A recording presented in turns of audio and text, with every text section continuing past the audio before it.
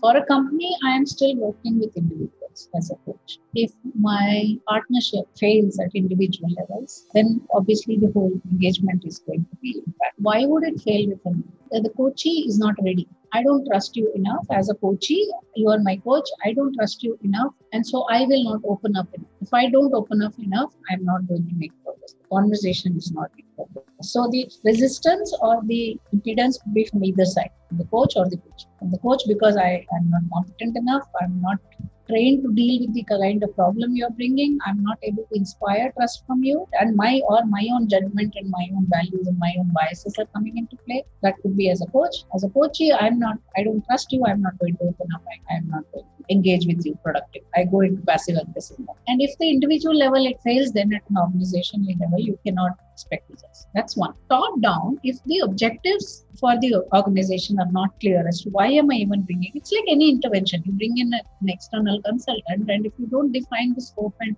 outcome that you expect clearly, then the consultant is not going to be able to perform well. How well have you defined the engagement, and how well have you designed it by finding the right people and engaging the right people with the right employees? If you have multiple coaches, how have you paired them up? How have you enabled the environment of confidentiality and trust that is critical for this tool?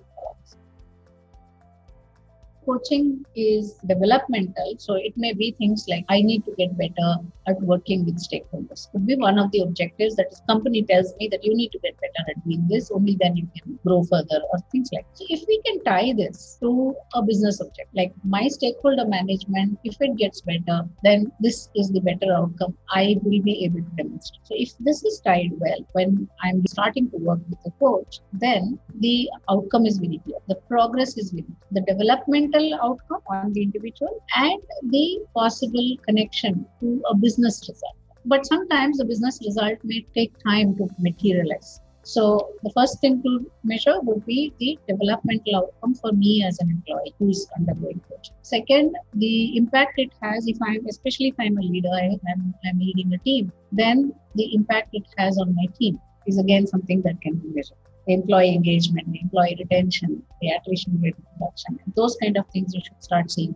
If I'm being a better manager, then you should be able to see those impacts, right? The third is there are sometimes we get into situations where a coachee is not engaging well, or a coach and a coachee do not have that chemistry to make it work, and so the conversations are not very productive. So getting that feedback that actually this equation is working on an ongoing basis. Maybe not at the end of every session, but periodically, maybe after 2-3 sessions, to see that this equation is working and is productive would be the third way I would say that you measure the progress. And you would see otherwise indicators that the sessions would keep getting postponed, rescheduled, non-availability from one side or the other or the both. So that would be the other softer indicators you could monitor to see how the overall coaching engagement is going.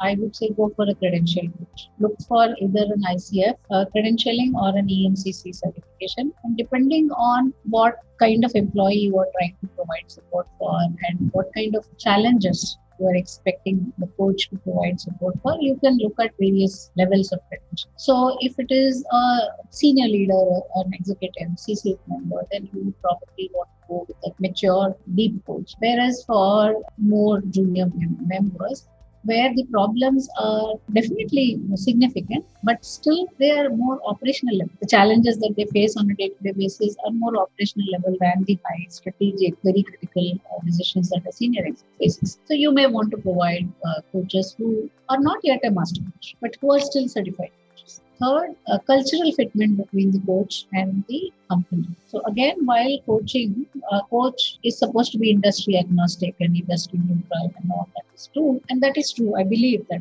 is true. I work with people from various industries. But I must be able to relate to the culture of the organization. Otherwise, I will not relate to what challenge the client is bringing up, and then I may not be able to support very well. So the sensitivity and awareness to the culture of the organization is a very key ingredient. And the last would be the maturity of the coach, especially if you're again going broad-based and bringing in multiple folks. And if you're looking at group or team coaching, then the complexities are of different nature altogether. Whether the coach has experience and the maturity to be able to handle that is another factor, I would say. And there's, of course, the money factor. It has to fit into your budget and what you are trying to achieve as an outcome. So the value versus investment is something that obviously you would consider as well.